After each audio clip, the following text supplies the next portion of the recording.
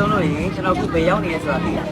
ဘုရင်ဒီစားမခံရင်တော့ပြောမယ်ကျွန်တော်ခုရောက်နေတဲ့နေရာလေးကကျွန်တော်တို့ထိုင်းနိုင်ငံချုံပူလီ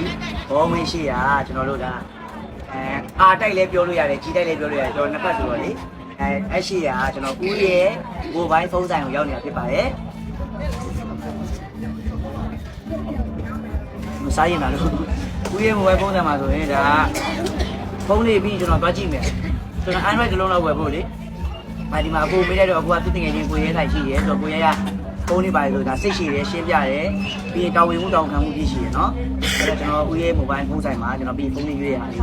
ရေးတက်ကိုပြတယ်နော်အခုတော့စားမယ်ဒွေးကြီးစားကြပါအောင်ဟေးကိုရမအကြီးကြီးဖို့ပြတယ်အောင်ဒွေးကြီးရွေးတာမင်္ဂလာပါစေဒါ heavy ထိုးတဲ့ကြီးပါတယ် heavy ထိုးရဲ့အမ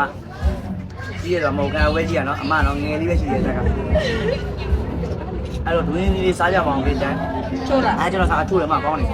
ကျွန်တော်ကောင်းလို့ဘာမှတော့မပြောနိုင်ဘူး